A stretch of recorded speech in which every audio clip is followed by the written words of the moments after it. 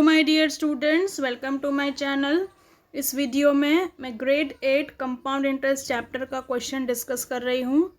Find the compound interest at the rate of 10% per annum.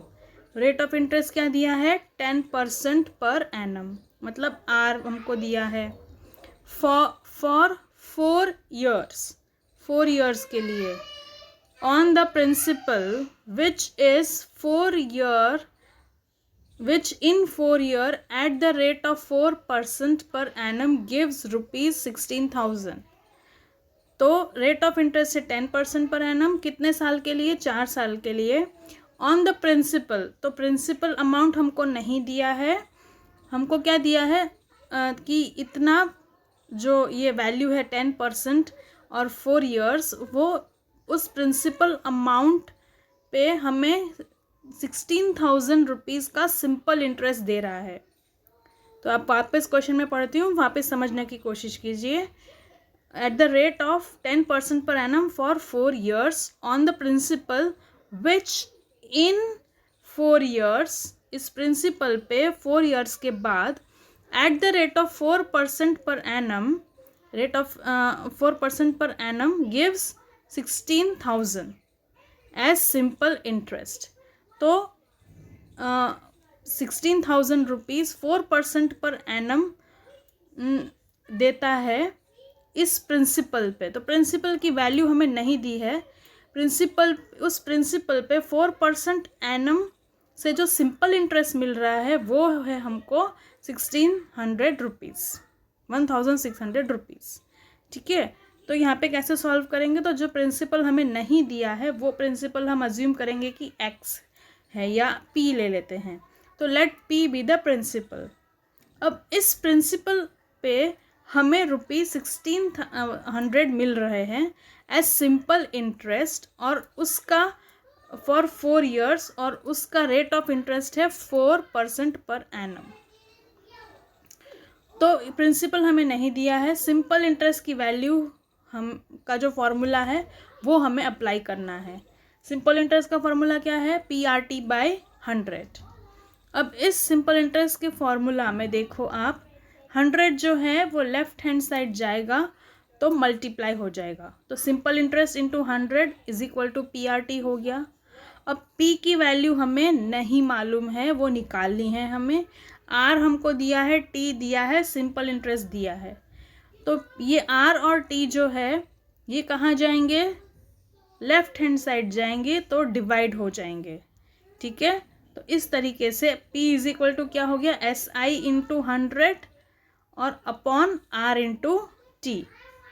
ठीक है, ये R और T मल्टीप्लिकेशन फॉर्म में है राइट हैंड साइड में, लेफ्ट हैंड साइड जाएंगे तो डिवाइड फॉर्म में आ जाएंगे, और पूरा इक्वेशन जो है हमने रीअरेंज करके लिखा है। P is equal to SI into R upon R into T।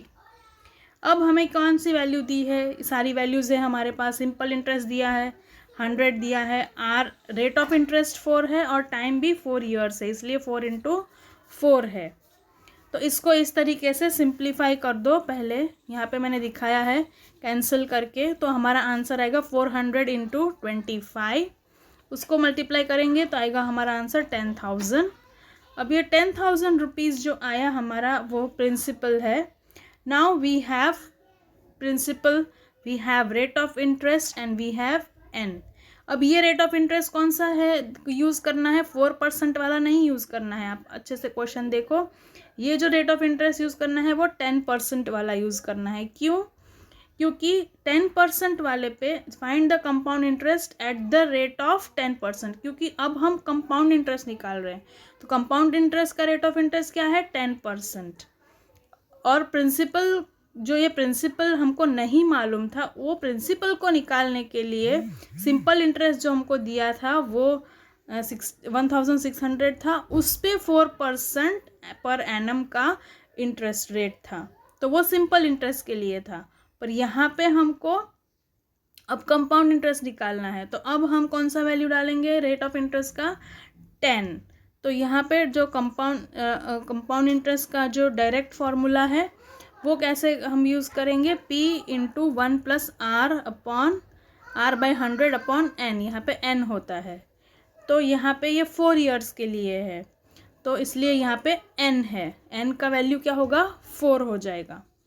तो यहाँ पे p का value 10,000 plus into 1 plus 10, rate of interest 10 है, 10/100 रेज टू 4, इस तरीके से ये वैल्यू हो जाएगी। अब नेक्स्ट कैसे सॉल्व करना है इसको, तो स्मॉल ब्रैकेट जो है वो पहले सॉल्व करते हैं। तो 10 यहाँ पे क्या करेंगे, एलसीएम लेंगे, 10 + 1, इसलिए 11/10 हो गया। अब 11/10 टू द पावर 4 है, मतलब इसको, इस 11/10 को हम 4 टाइम्स मल्टीप्लाई करेंगे, तो आंसर आएगा हमारा 14,641। तो ये जो आंसर है ये हमारा क्या है, टोटल अमाउंट है, टोटल अमाउंट विथ इंटरेस्ट जो बैंक में जमा होती है। ठीक है, तो इसमें कितना हमारा परसेंटेज जमा हुआ, कंपाउंड इंटरेस्ट कितना इसमें जमा हुआ वो हमें चेक करना है। तो उसके लिए हम क्या करेंगे, 14,641 को माइनस करेंगे फर्स्ट हमारी जो इनिशियल अमाउंट है प्रिंसिपल अमाउंट उससे 10,000 से, तो क्या हो जाएगा हमारा 4,641। अब ये जो रुपीज़ आया हमारा 4,641, इतना हमें इंटरेस्ट मिला है 10,000 रुपीज़ पर, जब हम उसको 4 ईयर्स तक रखेंगे 10% इंटरेस्ट पे। ठीक है, तो इस तरीके से ये कंपाउंड इंटरेस्ट कैलकुलेट होता है। आई होप आपको समझ में आया क्वेश्चन कैसे सॉल्व करना है। अगर आपको मेरे वीडियो समझ में आते हैं तो लाइक करिए, शेयर करिए, सब्सक्राइब करिए मेरी चैनल को। Thank you and thanks for watching.